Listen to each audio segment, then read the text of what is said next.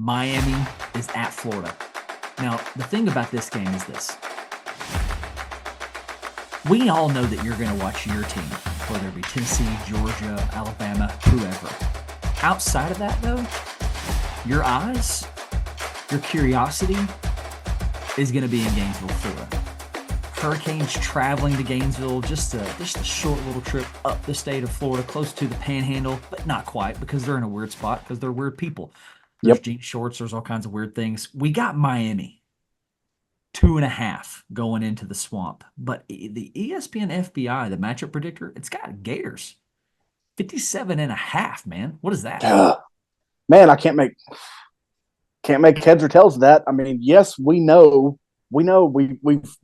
previewed both of these teams, I believe. We know that Miami could drop the ball. We know that Florida could be like better than expected in the 7-5 realm, possibly 8 if they literally captured lightning in a bottle and played a perfect season of football. But it does not make sense to me. It doesn't make sense to me. I like where the Miami roster is at better. I might even like Cristobal better. And there's plenty of questions on both head coaches, man. I Yeah. don't understand. The FBI is one of those great mysteries. I think it's one of the 8, maybe the 8th wonder of the world, is what some philosophers are saying. But I don't know, man. That doesn't really resonate with me because I just don't see it. I don't see what Florida's brought in, what they've proven versus what Miami has brought in. And Lord, they loaded up in the portal. We all know it, but it doesn't add up for me. Yeah, the ESPN matchup predictor is about as good as ESPN's recruiting services in my mind. Yeah, and I even questioned while I was giving that little spiel, like, are they just pulling what these guys were ranked, whether they were transfers, whether they were high school guys coming out, and saying, Florida's roster is that much better, even if it's young. I don't think they were. If they were, then I trust that even less because of their recruiting. The way that they profile guys, the way how poorly they do it of late, of the past half decade or more. Yeah. But yeah, still a very interesting and odd number for me. Yeah, no doubt, no doubt. I like that you mentioned Cristobal and basically who you trust more, and I'm going to lean Mario there. However, if they get up and it's late in the game, are they going to knee? Results may vary. Okay. I love that. Well Results may said. vary. So your X factor for me, I think what's going to dictate this is that environment versus Cam Ward. Yeah. Florida hasn't done anything yet. It's game one. It's not like we're mid-season here and the wind's been knocked out of them a little bit. Can Cam Ward come in and take over the environment? He is playing the most valuable position on a football team. Okay.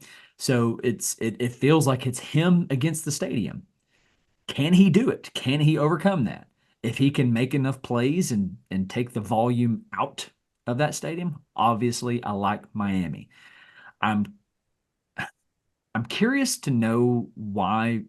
Answer this. Why do you think that spread leans 2.5 in Miami's favor? So I wonder, and this let's actually that's a great question leading into the season because, well, for one, it's going to be just like the NFL, just like so many sports at this point of the season. There is so much unknown with the portal, with the insane free agency style. It's going to be even more unknown. I think Vegas is going to be guessing a lot. Now we know 2.5, 3 is what you usually see home field advantage be good for. So that's not saying a ton about where this is because Miami's already favored and they're on the road. But I think Vegas is going to be doing a lot of guessing here. And that's a small number, which again, even more indicates no confidence in this number is what I'm kind of feeling about that number. Yeah, yeah. Do you think that Cam can overcome the stadium?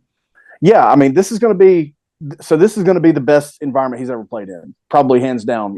Oregon State, even the teams that they played against Oregon, and obviously that's a huge rivalry and a great environment. But welcome to prime time, welcome to the SEC. Here it is. You know what I mean? This is like again top 2 at worst environment that he's played in. Mm-hmm. And I'm with you. I love that being the X factor. I think another thing that I like about Miami is I trust their run game versus Florida's run game, their run defense even. to help Cam get into the game, to get into the flow of the game, to get going in this new offense and all of the new everything is new for Cam. I think I like the run game matchups a ton for Miami, both offensively, heck, defensively, because Florida's very limited in the run Mm-hmm. game as they are across the board, Mm-hmm. at least in proven weapons. But I think I really like that to help get Cam going and kind of figure things out here in the early parts of this game. I got you. I got you. What do you think this one comes down to? I think it just comes down to I don't think Florida has the horses, man. I don't think they. Let's say this.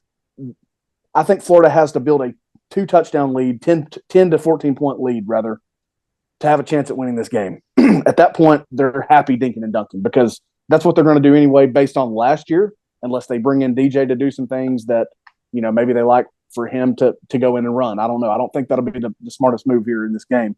But unless Florida gets out 10, 14 somehow, I think Miami's going to be content keeping everything in front, forcing them to execute when the field shrinks down and get 7 instead of 3.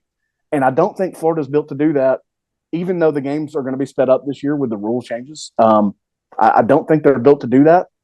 And I like the pieces way too much for the Hurricanes more than I do the Gators. Yeah, I'm with you. I think the narrative on this one is I just don't think you're going to have a lot of big plays, big explosive plays. I Yeah, look for both of these squads to put long drives together, especially Florida. yeah. I'm going to be looking for Miami to utilize the heck out of Damian Martinez, run Mm-hmm. him until Florida proves that they can stop it. The difference maker for me, like you said, the horses, the main horse being Cam Ward. I like for them to overcome the swamp. I can see this coming down to the final minutes. I can see this being a Miami winning this game on a walk-off field goal. I don't see anything more than a 10-point difference here. Yeah, 10 almost feels excessive. I would almost say one score, but I'm going to say that Miami wins this game. They cover. They yeah. cover the 2.5 by 3. Just a single field goal. Yeah. Yeah, I like that. I think they might. I'm with you. They win by 7 or less. I'll actually go. They win by 7 or less, but they're covering the 2.5. They're they're gonna win it, and I think it might even look like they flex late because Florida just stubs their toe up against that defense, cannot get it down the field to respond or to take the lead back, what have you. Miami wins this game. They cover doing it. Yes. I want to end this segment by saying this. Everyone needs to tune in this one because this is an annual rivalry that we need. We need this one. We need this one to be annual. So make sure you're tuning this one. ESPN, ABC, no CBS. Well, I don't think it'd be the case anyway. 3:30. Oh, you got one more thing. One more thing, yes, 3:30 in America's desert, Gainesville, Florida. That's another factor here, actually. If bodies start dropping, Florida cannot withstand that. They can't withstand it. And literally, good luck to the fans in the stadium. 3:30 in the dadgum heat of the day, man. Seriously, hydrate, boys. Get your mustard in. Get your freaking Mhm. Gatorade in. Be ready for it because this is going to be unbearable. Eat your bananas and go Canes.